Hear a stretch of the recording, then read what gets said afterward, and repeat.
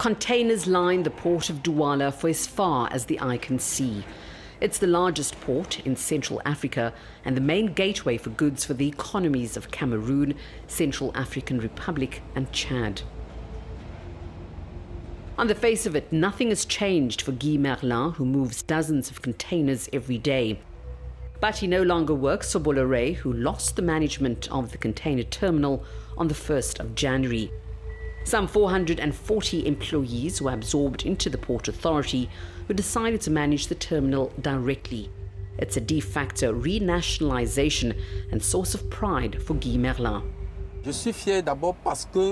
First of all, I'm proud to be working for my country. You know, when you work for your country, you have a certain energy that pushes you to give the best of yourself for it to work. State control instead of the Bolloré Group is the latest twist of a battle for control of the terminal.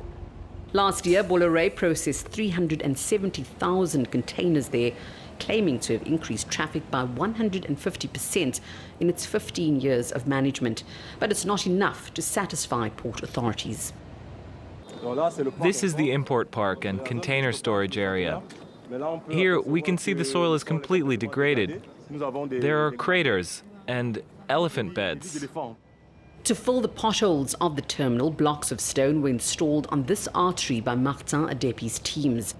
He now watches over Bolloré's infrastructure requisitioned by the Port Authority.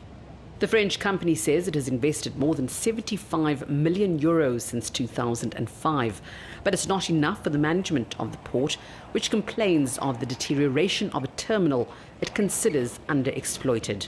It was the previous concessionaire, that is to say, it was the company that previously managed the container terminal that was responsible for maintaining the site. When the workers have to drive through these places, they have to slow down. There's a big risk of accidents, which has huge consequences on productivity. We're taking the terminal back in these conditions, which will mean huge investment costs. Since 2017, financial disputes have multiplied between Bolloré and the Port Authority.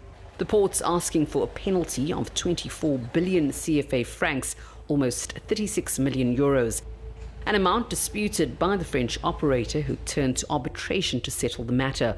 War has therefore been declared between the two camps.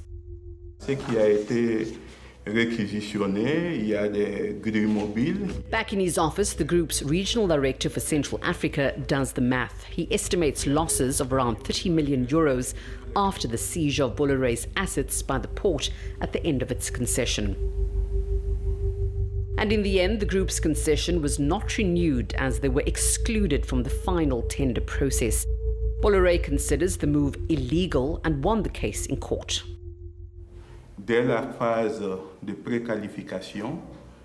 Bolloré was eliminated from the pre-qualification phase.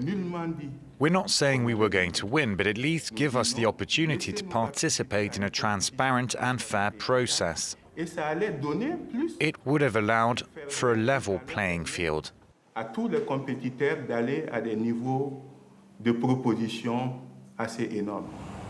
A cancelled call for tenders confirmed by the Supreme Court, but the battle for the port is far from over.